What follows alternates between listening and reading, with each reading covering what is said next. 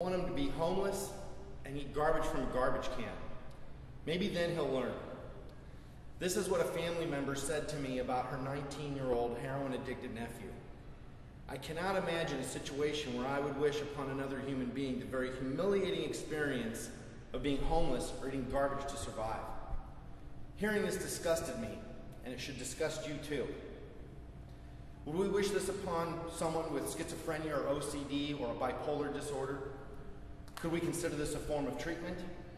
Addiction is a serious disorder, and last I checked, we didn't treat disorders with homelessness. But it's all right, it's common for non-addict people to have misconceptions about addicted people.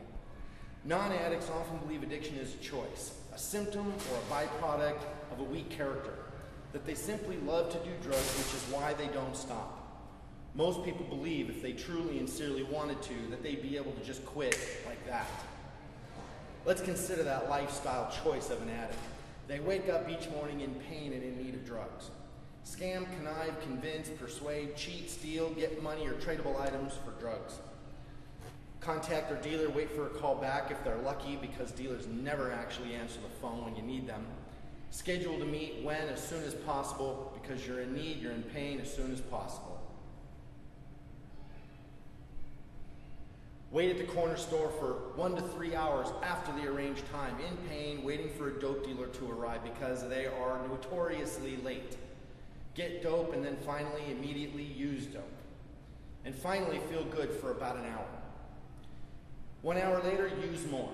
Continue to use until small amount you scored is gone, usually by late afternoon, evening, and then repeat the entire process over again.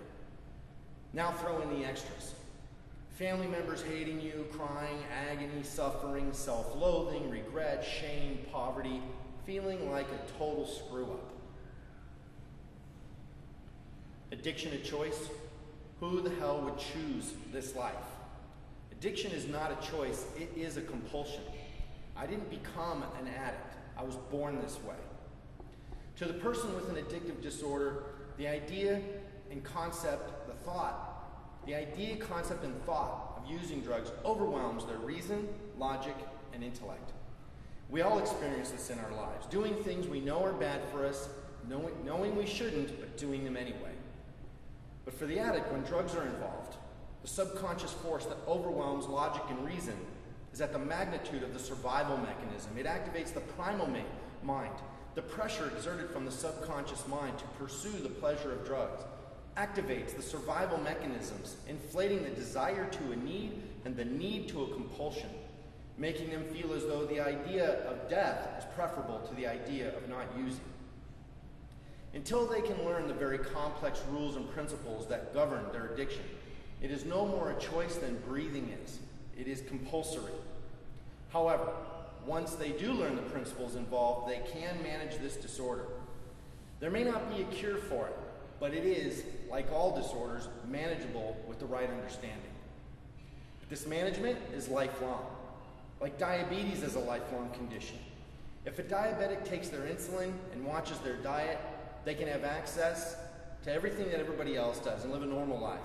They need to live by a set of rules different than non-diabetics, but if they do, they can experience the same success, career, family, love that everybody else does.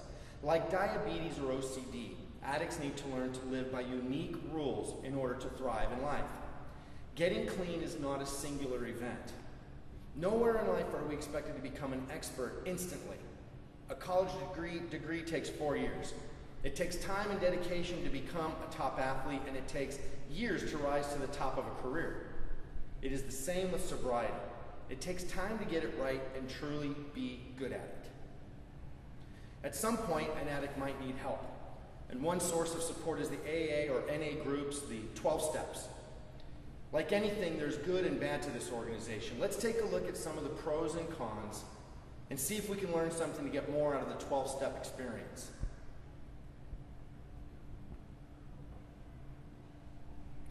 12 steps is limited in that it is not a treatment or technically even a program. A program is a structured, objectively led process. An AA is a support group. A support group is where we go to learn and to share insights into a common experience.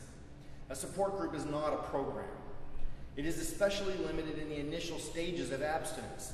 This is due to the very limited ways that 12-step philosophy can be described to others, and because those trying to impart its knowledge are not trained to articulate ideas and guide people through a very progressive learning experience. Once a newcomer gets lost or frustrated, it can be very difficult to get them back on track.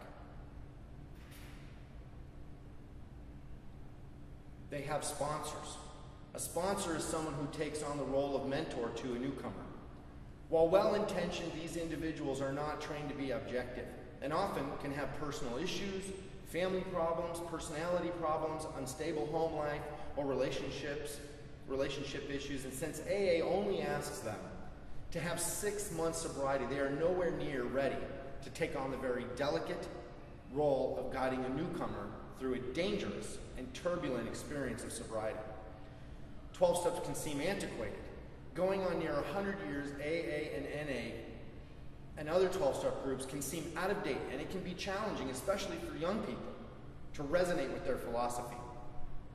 And it doesn't adapt itself well. AA has something of a one-size-fits-all mentality. Rather than it adapting to you, you must adapt to it. The lack of flexibility in its processes can be awkward for a lot of people.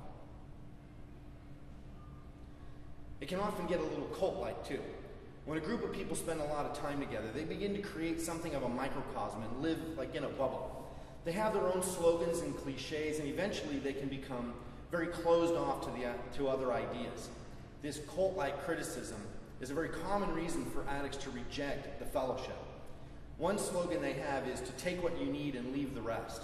But there's often a lot of hypocrisy in this, as many members become pushy, insisting that the AA way is the only way.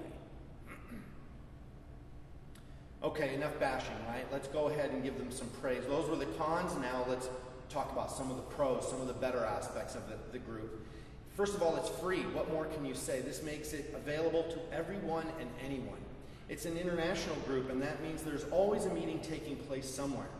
The philosophy is a sound one, and applied correctly and fully understood, it can actually save a life. Many of the members are very caring and experienced sober people. While they may lack objectivity, many of them know a lot more about sobriety and the difficulties of abstinence than many professionals do, especially the non-addict professionals. They have sponsors. If selected properly, a good sponsor can help the neophyte navigate the very tricky seas of sobriety. When selecting a sponsor, I always recommend to follow certain criteria. The first one being that they should be at least 30 years of age, or as old or older than you are. They should be of the same gender. That's very important. They should have at least 5 to 7 years sobriety and well established in life in a way that inspires you, like having a solid family, career, spirituality, values, and especially humility.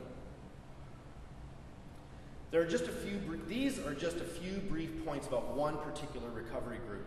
There's so much to learn, and it can be easy to get lost and head down the wrong direction in recovery. My purpose is to bring to light all of the nuances, angles, and perspectives in recovery.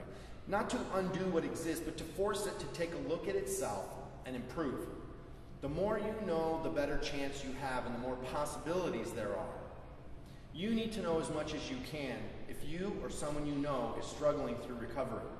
There's much more to it than what you've been told. The very serious pathology of addiction is a complex one, and it is so prevalent that I am certain that every one of you knows someone who is affected by it.